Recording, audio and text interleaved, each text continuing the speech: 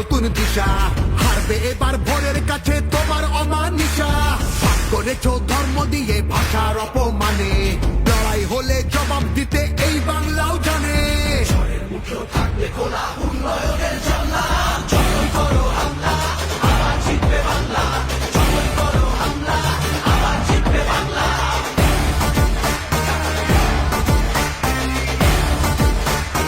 আবার জিতবে বাংলা।